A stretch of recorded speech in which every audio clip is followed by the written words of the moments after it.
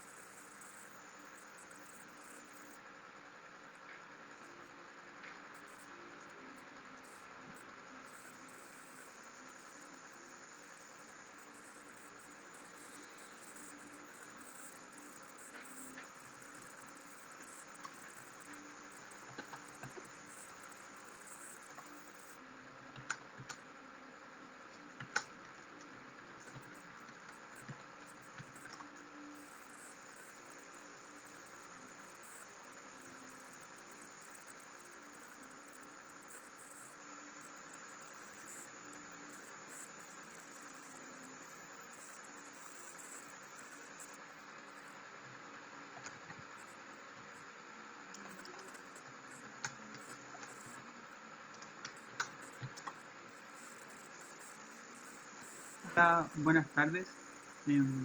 ¿Se escucha bien o no?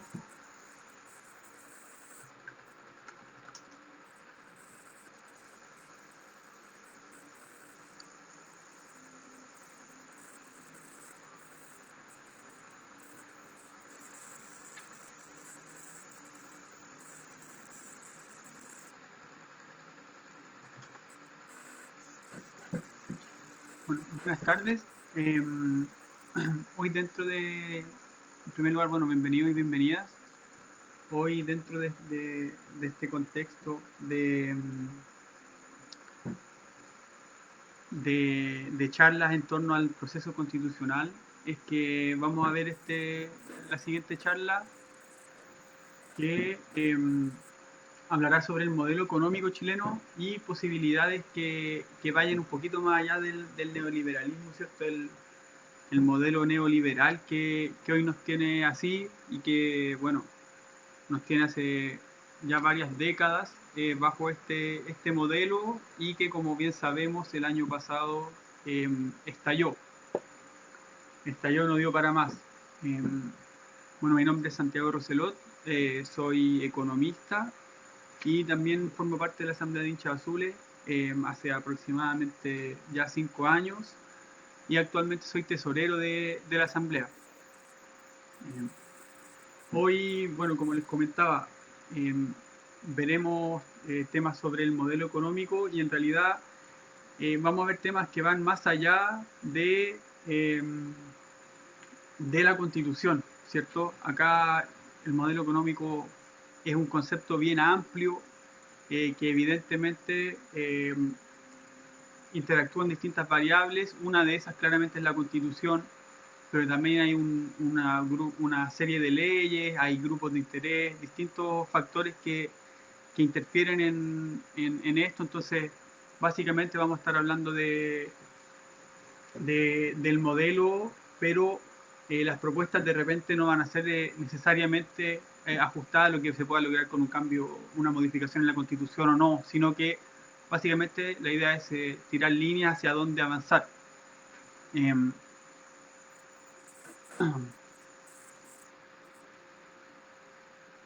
bueno, dicho eso, voy a comenzar con la presentación. En primer lugar, la estructura general de esta presentación es, en primer lugar, explicar a qué nos referimos con un modelo económico, ¿cierto? Eh, Como les decía, es un tema, es un concepto bien complejo, no es fácil de comprender, entonces vamos a intentar enmarcarlo para, para poder luego, con el grueso de lo que va a ser la presentación, es describir y comprender qué es el modelo económico chileno, ¿cierto? Identificar distintos pilares que lo sustentan, distintos pilares que lo sustentan y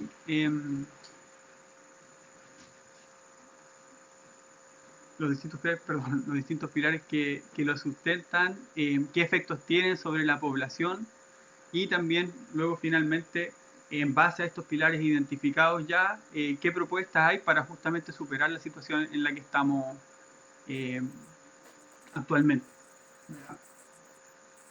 Bueno, respondiendo a la primera pregunta sobre qué es un modelo económico, la definición que utilicé yo para esta presentación es la forma en la cual el valor se extrae, crea y distribuye en los países. Ya en este caso no estamos hablando de valor como precio, sino que la definición de valor que se utiliza tiene que ver con la capacidad de generar producción. ¿Ya? Y puntualmente vamos a estar respondiendo tres preguntas, ya que es ¿qué se produce? ¿Cómo se produce? Y luego cómo esto se distribuye en la población. Cualquier duda, algo que no quede claro, pueden comentarlo en el chat, hacer las preguntas. Y ahí, bueno, puedo ir comentándolo al tiro o de repente dejarlo hasta el final, dependiendo de qué tan atingente sea. Bueno, sobre el modelo histórico chileno, un pequeño contexto histórico para que nos ubiquemos, ¿cierto? En 1955, la Universidad de Chicago firma un convenio con la Universidad Católica para que se vayan a estudiar jóvenes chilenos, destacados estudiantes, ¿cierto?, chilenos, a Estados Unidos, a la Universidad de Chicago. La Universidad de Chicago es justamente lo que se conoce como la cuna del neoliberalismo, donde básicamente tenía su centro de operaciones Milton Friedman, que es como el ideólogo del neoliberalismo, y es ahí donde justamente se va este grupo de estudiantes chilenos llamados los Chicago Boys. Algunos conocen el concepto, se ocupa bastante en la prensa. Hay un documental súper bueno que también habla sobre este proceso. Y bueno, justamente son estos Chicago Boys que se forman en Estados Unidos bajo el alero del neoliberalismo y que a su vuelta eh, elaboran un programa económico donde aplican todo lo aprendido. Ellos en 1970 se lo presentan, si no me equivoco, a Alessandri eh, para las elecciones del 70, quien lo rechaza por radical, pero fueron persistentes, ¿cierto? Y una vez ya estando la dictadura, se lo presentan al dictador Augusto Pinochet, quien, bueno, igual es interesante, acá hay varios documentos filtrados que se han ido filtrando con el tiempo sobre las conversaciones entre en general la Junta Militar y este grupo de economistas intelectuales, y hasta los mismos militares le generan hartas dudas las propuestas de los Chicago Boys, pero finalmente igual lo terminan aceptando y hoy son esas medidas, bueno, esas medidas en su evolución al tiempo las que nos tienen donde estamos. Y bueno, justamente una vez que le acepta la dictadura, y dado que es una dictadura donde no hay contrapeso político, se implementa un neoliberalismo radical que es único en el mundo, ¿cierto? Ni siquiera en Estados Unidos se pudieron implementar estas medidas donde nacen las ideas. Y bueno, un caso así como bien puntual que todos conocemos, tiene que ver, que refleja esto, es por ejemplo el modelo de AFP, donde se implementa por primera vez en Chile y se exporta al resto del mundo. Eso es algo bien interesante. Eh, bueno, antes en realidad de pasar a detallar punto por punto, comentarles que la idea de esta presentación es hacer un barrido general por encima de una serie de tópicos económicos del modelo, pero la idea no es entrar a picar en cada uno. Cada uno de estos temas da para hablar una hora, ¿cierto? Da para tener charlas por sí solo, pero la idea es intentar mirarlo por encima, un barrido. Entonces ahí cualquier duda, por supuesto que lo dejan en el chat ahí, o me lo hacen llegar de otras maneras. Bueno, respondiendo a la primera pregunta de qué se produce, podemos ver este gráfico, no sé si se verá muy chico o no, pero básicamente refleja la composición del PIB de Chile, del Producto Interno Bruto, de todo lo que se produce en Chile, ¿cierto? Y vemos que hay una tendencia bien clara donde casi la mitad de lo que se produce en Chile tiene que ver con servicios, luego comercio, y ahí lo sigue la manufactura, la minería, la construcción y una serie de ramas ya más pequeñas. ¿Qué es lo que nos refleja esto? Bueno, como les decía, una economía basada en los servicios, pero lo más importante tiene que ver, a mi parecer, con el poco desarrollo de la manufactura. Eh, la manufactura, bueno, crea encadenamiento productivo, es decir, permite generar insumos o productos finales que finalmente puedan ser incorporados por otras industrias para seguir generando producción, y también compromete empleo de calidad, es decir, el empleo relacionado a la manufactura y los productos con mayor desarrollo tecnológico, productivo, suelen tener empleos de mayor calidad. ¿Ya? Y bueno, también como se puede ver en la minería, ¿cierto? Algunos temas de las forestales, es bien fuerte la extracción de recursos naturales. Vamos a igual, como les comentaba, estos son varios temas que se van entrelazando, ¿cierto? Entrecruzando entre todos, eh, y los vamos a ir viendo también una y otra vez, ¿cierto? Van yendo y viniendo. Bueno, con respecto a lo que veíamos de la extracción de recursos naturales, esto queda bien claro en qué es lo que se exporta, ¿cierto? La mitad de las exportaciones tienen que ver con minería, luego hay un porcentaje grande, de 7%, que tiene que ver con alimentos y bebidas principalmente, que bueno, en gran parte tiene que ver con frutas, y otros elementos alimenticios que también son extraídos, ¿cierto?, de la naturaleza, y también los vinos chilenos. ¿Ya? Bueno, en lo agropecuario, silvícola y pesquero también sigue la misma lógica, con respecto a los recursos naturales, y con un 8% también destacan las forestales y la celulosa. Eh, Luego también hay otros productos industriales que varios están manufacturados, y eso es interesante también, pero podemos ver que la mayoría de lo que se exporta en Chile tiene que ver con la extracción de recursos naturales, siguiendo también la lógica del extractivismo, ¿cierto? Que tiene que ver con las lógicas norte-sur globales, ¿cierto? Donde el norte global, Estados Unidos, Europa, en este caso también China, extraen recurso natural sin mayor producción, sin mayor elaboración de países del sur global, en este caso Chile. ¿Ya?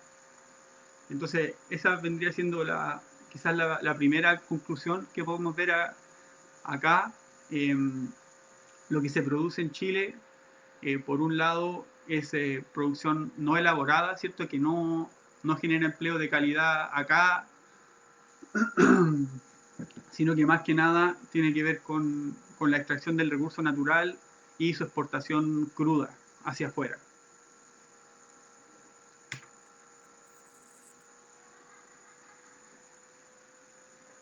Eh, con respecto al cómo se produce en Chile, en primer lugar vamos a verlo desde el punto de vista de un poco la organización industrial, ¿cierto? Cómo es que se organizan las empresas que generan esto, que forman parte de la economía chilena.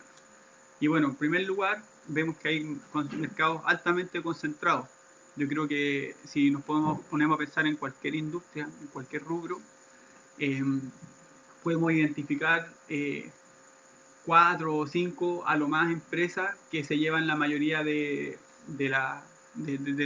sector, ¿cierto? En caso, bueno, aquí están las farmacias, ¿cierto? Bueno, no las quiero ni nombrar, pero está Cruz Verde, Ahumada, ¿cierto? Unas tres o cuatro grandes, pero lo mismo puede ser para cualquier cosa, no sé, leche, también hay tres o cuatro empresas que generan que generan la mayoría de la oferta, y así con los distintos rubros, ¿cierto? ¿Y qué es lo que permite esta concentración? Es que justamente surjan prácticas que surjan prácticas, ¿cierto? Negativas para el consumidor, que tienen que ver con la colusión, comportamientos monopólicos, y que, bueno, van también un poco en oposición con el neoliberalismo más puro, ¿cierto? El neoliberalismo más puro, que habla sobre el libre mercado, está en contra o al menos a un nivel teórico, plantea rechazar los comportamientos monopólicos, oligopólicos, que oligopólico es cuando hay, en vez de una empresa que concentra todo, son pocas, o sea que en realidad acá en Chile vendrían siendo más que nada mercados oligopólicos. Entonces vemos que ni siquiera según de repente los más puristas del libre mercado, Chile está cumpliendo con sus propios supuestos. Acá hay mercados que están funcionando mal, incluso según sus propios estándares, ¿cierto? Y bueno, hay casos, yo creo que de colusión hay montones, las farmacias, los pollos, el confort y bueno, así una serie más.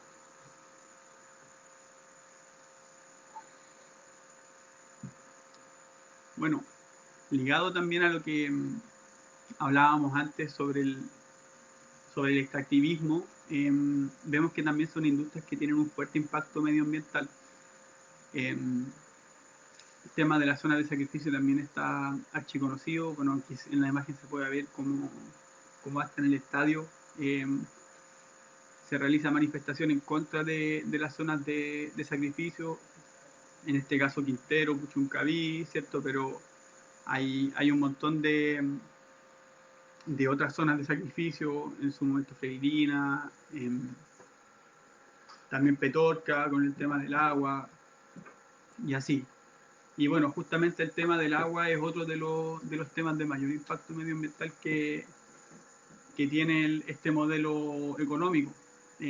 Sabemos que en Chile hay sequía, particularmente en algunas regiones de Chile, eh, y esto justamente porque hay industrias que son intensas en el uso del agua, ¿cierto? Tienen un uso masivo de agua y que finalmente terminan generando sequía al resto de la población.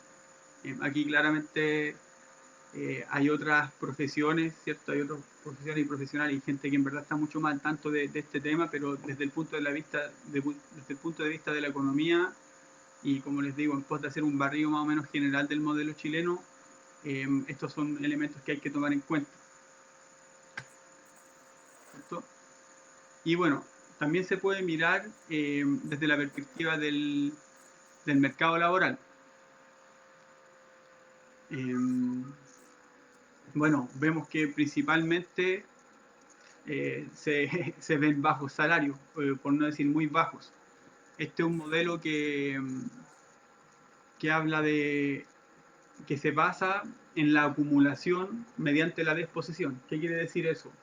Eh, Hay un pequeño grupo de gente que acumula y acumula riqueza en pos de, o sea, en desmedro de otro grupo más grande que desacumula, ¿cierto? O que vive en condiciones más negativas. Acá vemos el tema de los salarios. El 50% de los trabajadores y trabajadoras en Chile gana menos de 401.000 pesos. Esto es según la encuesta de ingresos del INE del año 2019. Eh, a su vez, el 66% de los trabajadores y trabajadoras gana menos de 550.000 pesos, también en base a la misma encuesta. Entonces aquí podemos ver que claramente el mercado laboral no está entregando los salarios suficientes, ¿cierto? Bueno, más adelante vamos a mirar también cifras de pobreza, temas de endeudamiento, ¿cierto? Entonces, cómo estos bajos salarios, ¿cierto?, se ven manifestados en otros fenómenos, eh, pero bueno, se puede ver esta dimensión, ¿cierto?, del empleo. Y que, bueno, más allá de los bajos salarios, hay otras dimensiones del empleo que hacen que el empleo sea precario, como por ejemplo el subempleo. Subempleo tiene que ver con gente que trabaja, pero que trabaja menos de las horas que podría trabajar, que está disponible para trabajar. Gente que está subcontratada, es decir, que le presta servicios a una empresa o establecimiento distinto al que es su empleador, generando también ahí dinámicas laborales negativas para el trabajador, son es una situación que está asociada también a trabajo precario. Bueno, y también alta informalidad, mucho trabajo a cuenta propia, que si bien, claro, el trabajo a cuenta propia y la informalidad es una salida para mucha gente en este país, ¿cierto? También tiene por el lado negativo la inestabilidad. Eh, lo vimos en la pandemia, ¿cierto? No hay derecho a licencia, no, hay, no hay contribuciones, etcétera.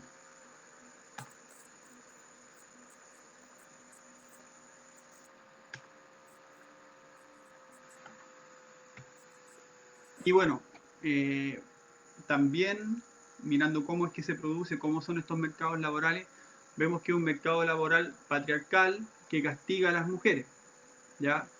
Esto se puede ver reflejado, bueno, aquí hay unos pocos datos, ¿cierto?, que estoy ahí incorporando, que buscan graficar lo que estoy diciendo, pero en verdad, todas estas diapositivas que estoy mostrando, si uno las entra a mirar en detalle, hay muchas cifras que uno de repente escandalizaría.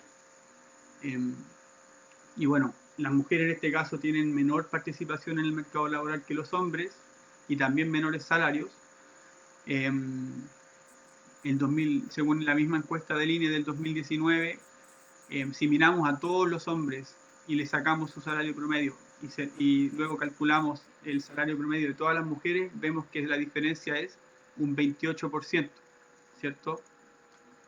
Eh, pero si nosotros controlamos por algunas características en común, es decir, comparamos hombres y mujeres que trabajan en el mismo sector, que tienen edades similares, que tienen condiciones laborales similares, vemos que esta diferencia se reduce, pero sigue siendo importante, ¿cierto? Que es de un 14%. Es decir, que un hombre y una mujer con condiciones similares laborales, la mujer gana 14% menos.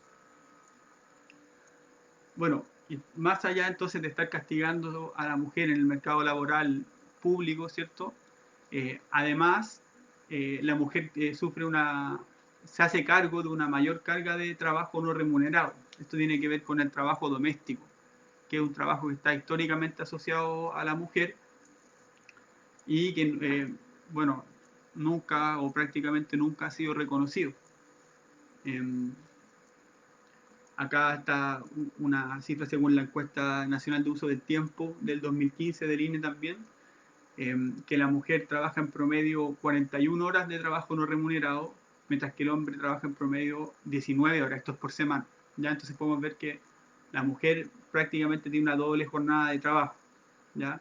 Y si nosotros sumamos el trabajo doméstico no remunerado con el trabajo que se realiza eh, de manera remunerada, ¿cierto?, en un empleo tradicional, entre comillas, vemos que la mujer tiene una carga total de trabajo que es mayor a la del hombre. ¿Ya? Entonces, bueno, acá esto es como una dimensión en lo cual se ve la segregación de género en los mercados laborales, pero igual finalmente la mirada de género tiene que ser transversal a todos los temas que tanto hemos tocado como también se van a seguir tocando. Eh, También, por ejemplo, el trabajo doméstico, que también está asociado a condiciones precarias de trabajo, cerca de un 95% son mujeres. Entonces, podemos ver que hay distintas estructuras, distintos elementos de los mercados laborales que castigan a la mujer. Bueno, y ya pasando a ver cómo es que se distribuye la riqueza en Chile, eh, hay que analizar la estructura tributaria, ya que tiene que ver con los impuestos. Eh, y la estructura tributaria en Chile está reconocida en la literatura como una estructura tributaria regresiva. ¿Qué es lo que quiere decir eso? Eh, Regresivo es que hace que castiga más a los ricos, perdón, castiga más a los pobres de lo que los beneficia, ¿cierto? Un sistema tributario como objetivo debería buscar la redistribución, ¿cierto? Que del sector de los más ricos se recaude la plata y se distribuya más hacia los sectores más pobres. Vemos que el sistema chileno no cumple con eso. De hecho, la desigualdad, vamos a ver más adelante, disminuye, prácticamente no disminuye la desigualdad después de impuestos. Y hay varios elementos que llaman la atención puntualmente de la estructura tributaria chilena. En primer lugar, la importancia del IVA. El IVA lo pagamos todos, ¿cierto? Lo pagamos todos y todas cuando hacemos prácticamente cualquier compra. Y es un impuesto que en Chile pesa más que en otros países, ¿ya? Y es un impuesto que de por sí es regresivo. ¿Por qué? Porque lo pagamos todos y todas, ¿cierto? Y si lo paga una persona, si por ejemplo una persona pobre se compra una bebida y paga el IVA y una persona rica se compra una bebida y paga el mismo IVA, ese monto va a ser más significativo para la persona pobre, ¿cierto? Comparado con su ingreso que para la persona rica. Por eso es que se dice que es un impuesto regresivo. Eh, por otro lado, no sé si se quedó tan claro, pero bueno, cualquier cosa ahí pregunta. Por otro lado, hay bajo impuesto a las altas rentas. Esto es una discusión que es bien interesante, un poco irrisoria dentro de lo que es la teoría económica, porque dice, o bueno, hay corrientes, ¿cierto?, que dicen que a que a las altas rentas no se le puede subir tanto la tasa impositiva, porque si no van a empezar a eludir y va a bajar aún más la recaudación que si la tasa fuera más baja. Entonces, bueno, igual es una visión de cierta forma realista, pero bastante triste, ¿cierto? Donde eh, las altas rentas eh, no tienen la disposición básicamente para pagar sus impuestos de una manera, como les comentaba, que sea progresivo. Eh, y buscan, ¿cierto?, la ilusión, que lo hemos visto en un montón de noticias por aquí y por allá.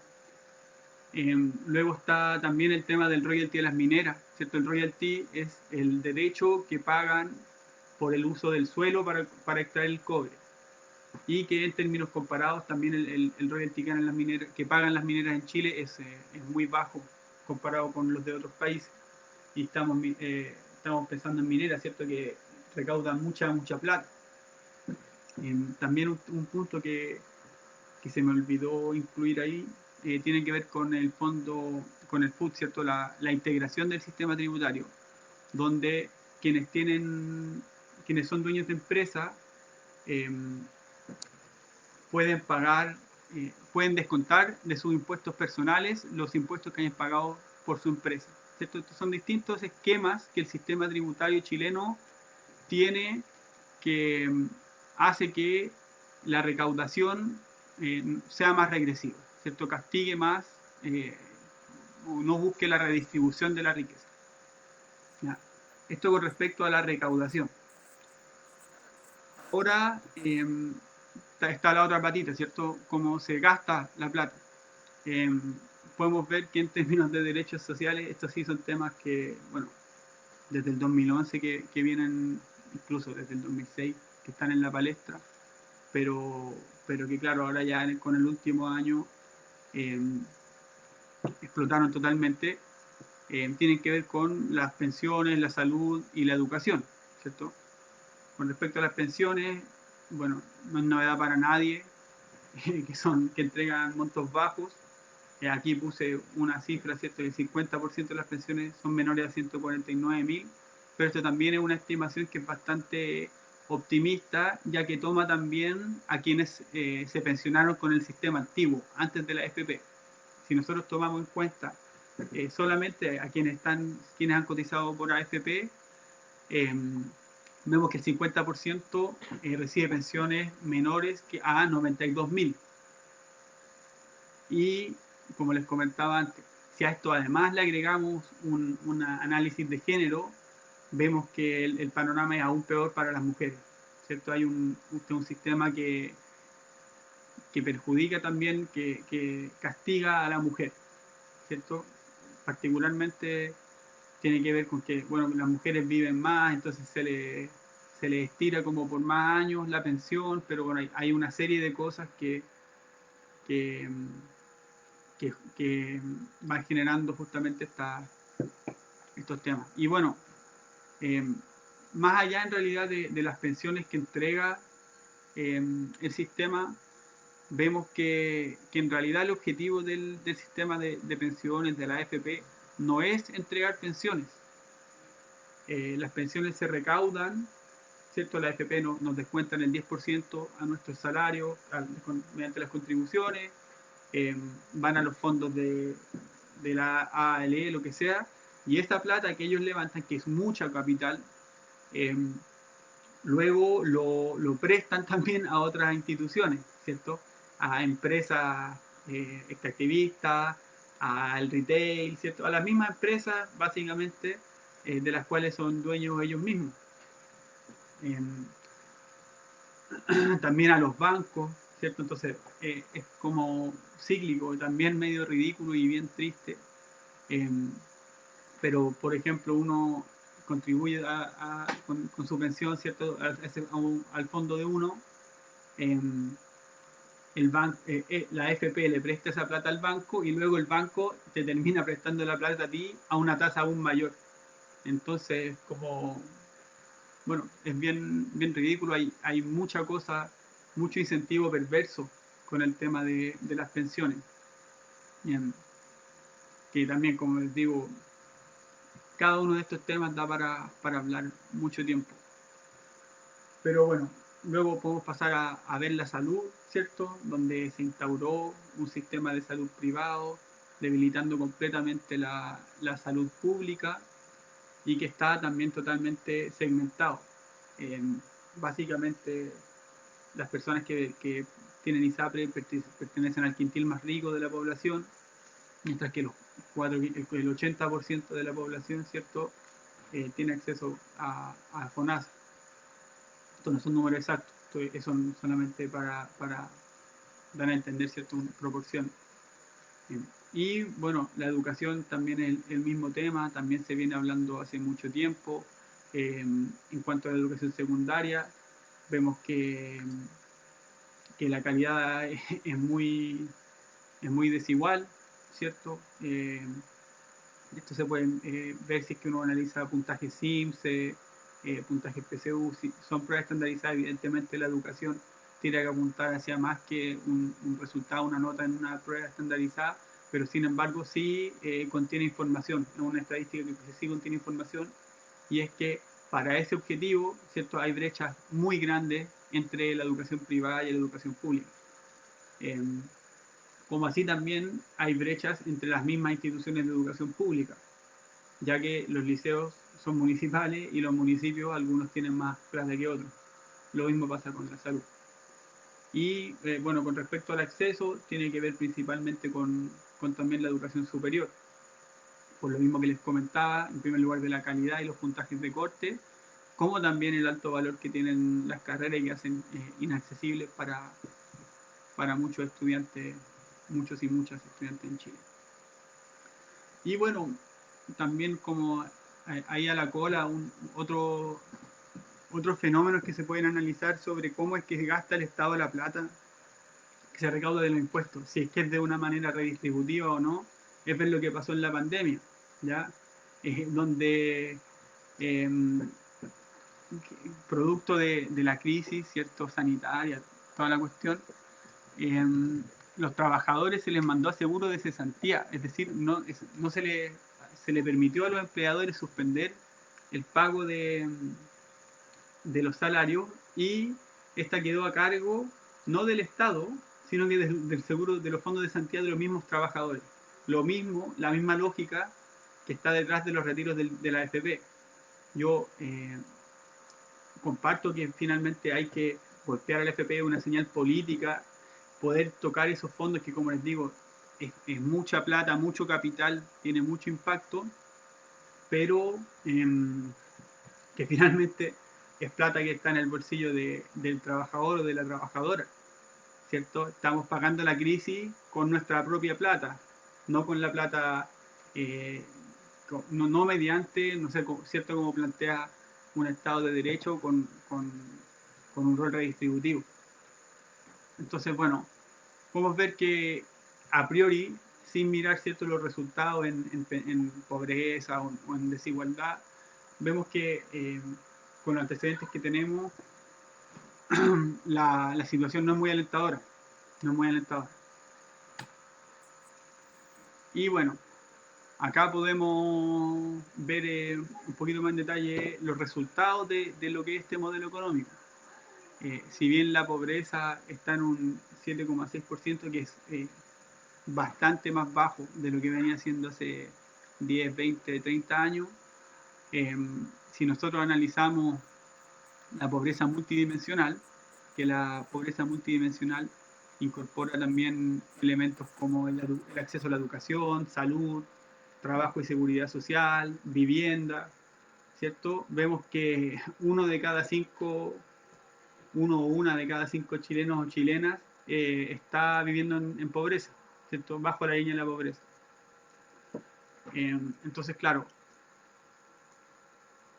aquí como que se empieza, todos estos son elementos que permiten golpear un poco esa imagen de que el modelo chileno es perfecto, de que somos, no sé si perfecto, pero se dice mucho que somos los jaguares de América Latina, bueno, que éramos un oasis en América Latina, etcétera, etcétera. Sin embargo, eh, si tomamos en cuenta la pobreza multidimensional, por ejemplo, que incorpora distintos derechos sociales, vemos que una proporción no menor de la población vive bajo la línea de la pobreza.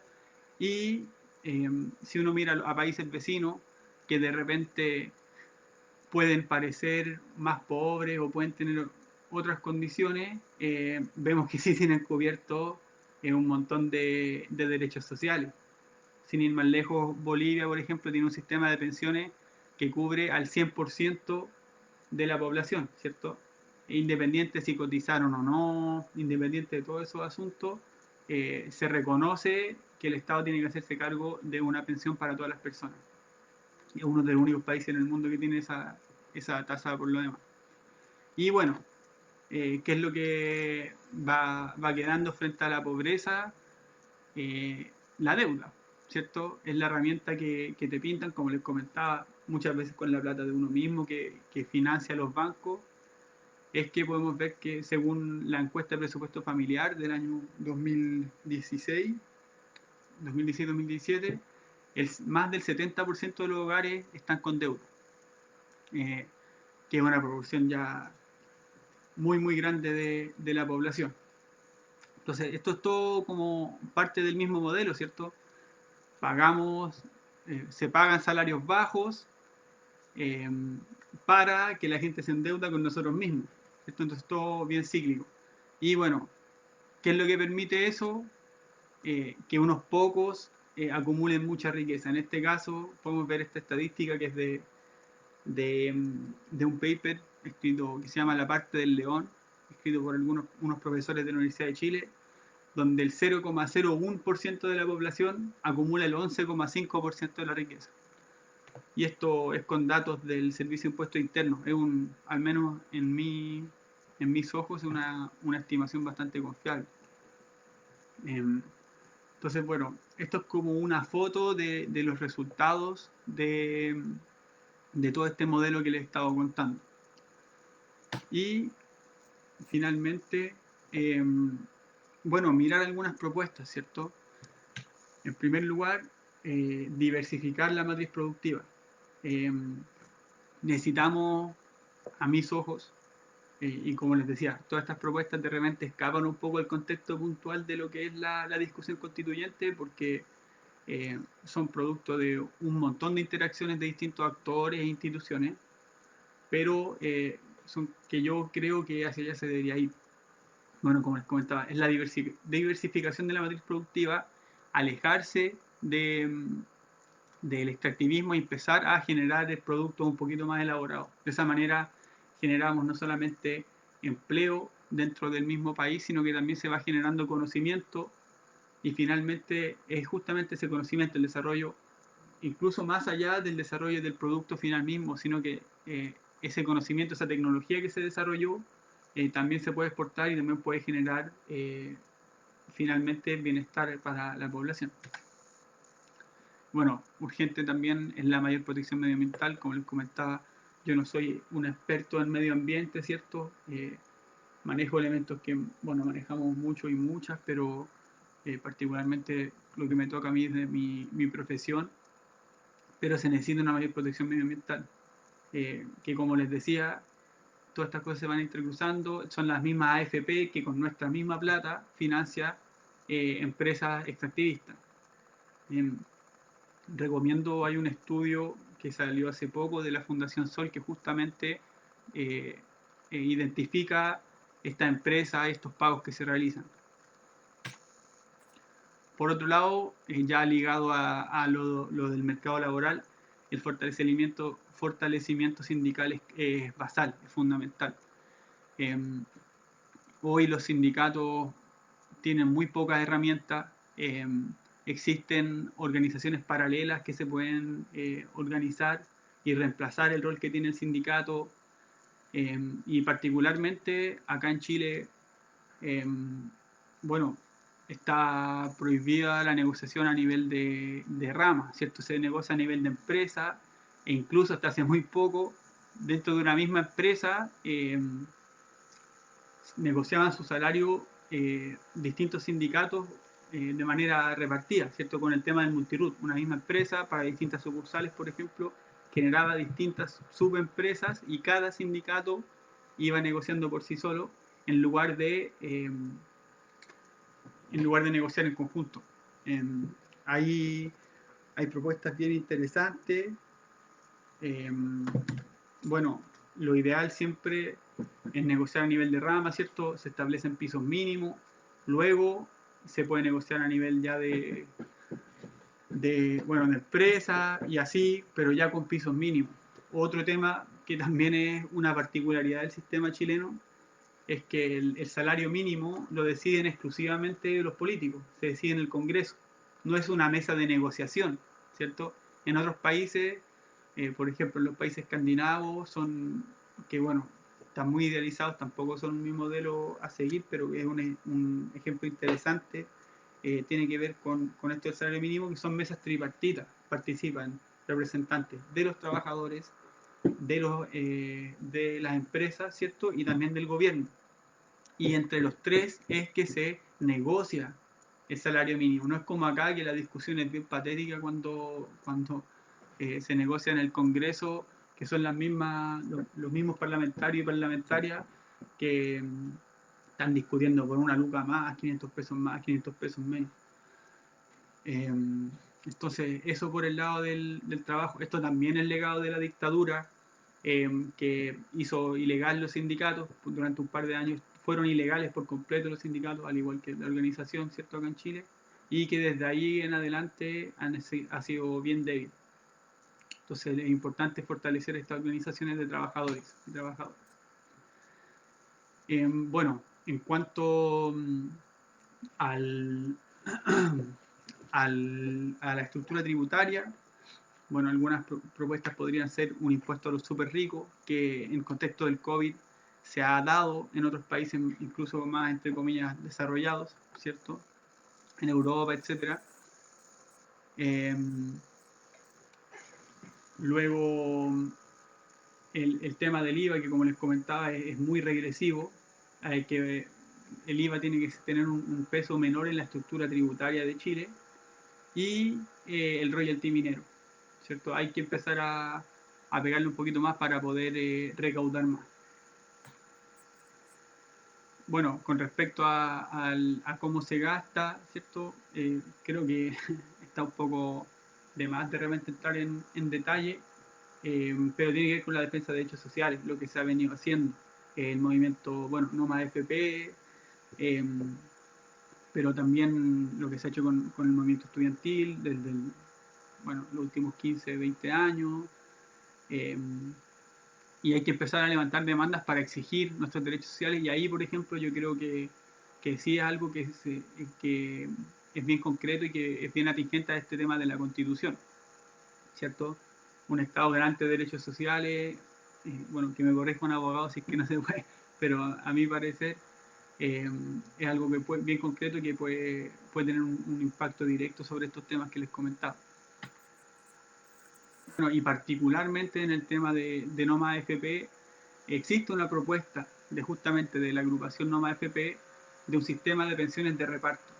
Bueno, en realidad se me faltó explicarlo antes, pero claro, el sistema actual se basa en que cada uno, eh, como por cada año que va trabajando, ¿cierto? Contribuye a su propia cuenta y luego de esa cuenta se reparte a ti mismo la plata, ¿cierto? O sea, es tu plata que se va a repartir, que se te devuelve.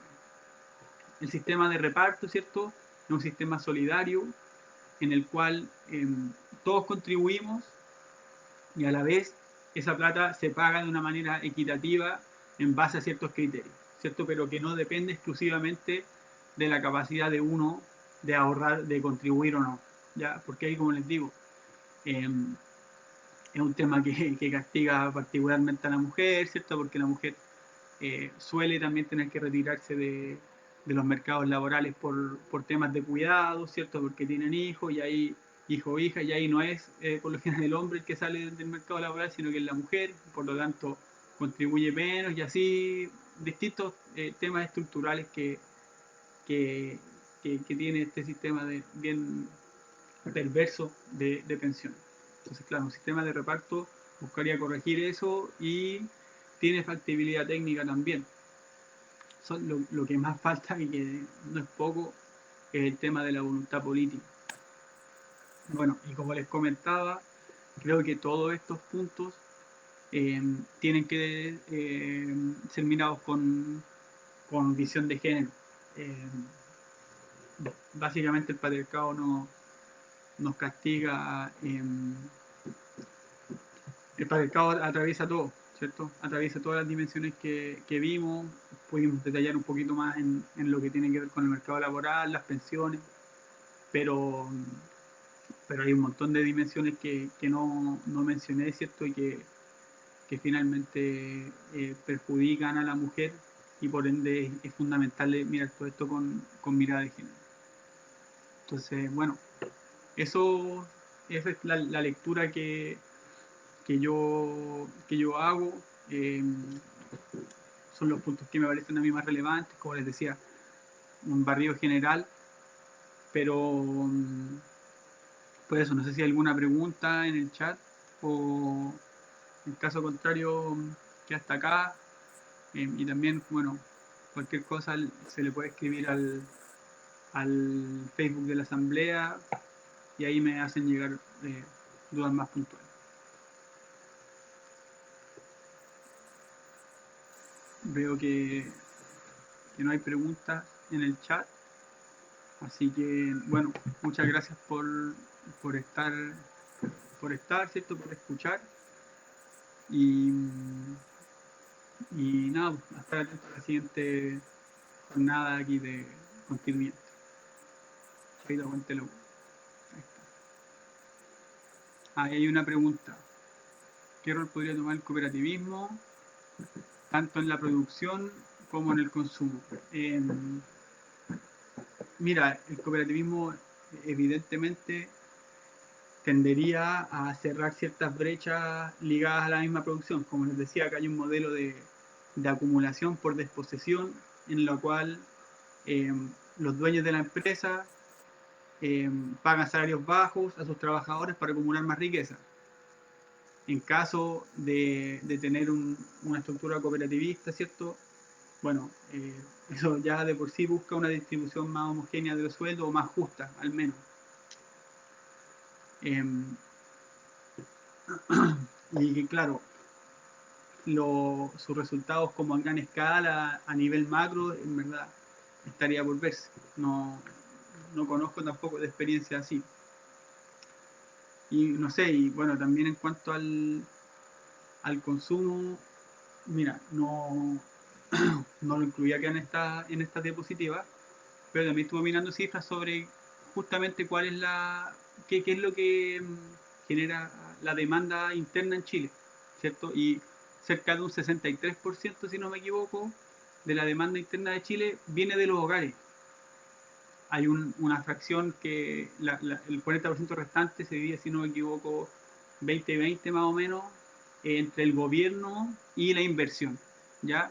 Entonces vemos que finalmente la inversión que tanto, que tanto se habla, ¿cierto? Y se va a dañar la inversión, no sé qué, eh, bastante inferior al consumo de los hogares. Entonces, bueno, yo creo que en temas de consumo, en cooperativismo y justamente cambiar un poco la lógica de, de, de dejar esa visión más capitalista, ¿cierto? De consumo más capitalista, eh, a nivel de hogares puede tener un impacto sobre la economía del país. Ahora, ¿cuál es el impacto? Eso eh, no se sabe, pero por magnitud de lo que consumen los hogares, de seguro tendría un impacto.